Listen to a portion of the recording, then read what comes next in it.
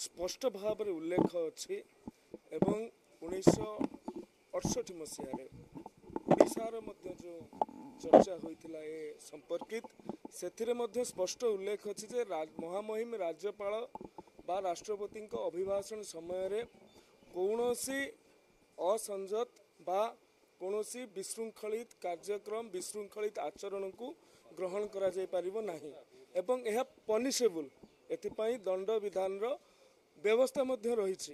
तेणु जो कथा राज्यपाल अभिभाषण समय रे घटिला ताहा अत्यंत दुर्भाग्यजनक एवं गोटे दायित्ववान विरोधी दल पाखरु यह केबे भी आशा करा जाए नहीं। यदि विरोधी दल दायित्ववान हेई नथिबे आउ का इशारा रे चालुथिबे तेबे निज बुद्धि विद्या लगौ नथिबे तेबे एमिति कथा करिवाटा तांको पाखरु आशा करा जिवो। तेणु संसदीय व्यापार मंत्री जो कथा कहिसंती जे विरोधी दल नेतांको उपरे दंड कार्यानुष्ठान ग्रहण करा जिवो र आवश्यकता अछि एहा से मनरु कहि नांती एहा पार्लियामेंट प्रोसीजर रे स्पष्ट भाव रे उल्लेख अछि।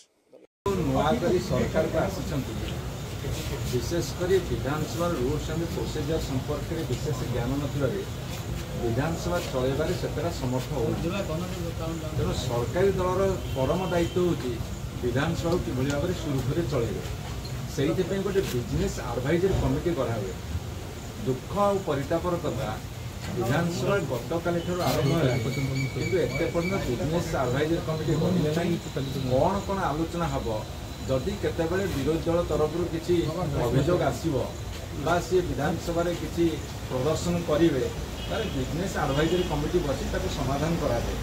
तेणु से जेहेतु नुआ आसी जेहेतु रूल्स एंड प्रोसीजर भल भाव पढ़ी ना मैंने पढ़ु जानतु सरकारी दलर भूमिका हूँ विधानसभा चलवा कथा से अक्षम असमर्थ से जो समर्थ हवा मुझे परामर्श दूँ से पर्यंत बिजनेस एडवाइजरी कमिटी करना तुरंत विधानसभा चलने समर्थ हूँ जानवा कथा सी जहाँ रेफर कले अनभिज्ञतार परिचय विधानसभा भितर एनी प्रोसीडिंग रे एवं पार्लियामेंटारी प्रोसीडिंग भितर मु इतिहास भितर देखिनी क्या गिरफ करा माने मु कौन कहि मु बुझीपारुनी अनभिज्ञतार परिचय दे निजको हास्यास्पद न करे कहवा।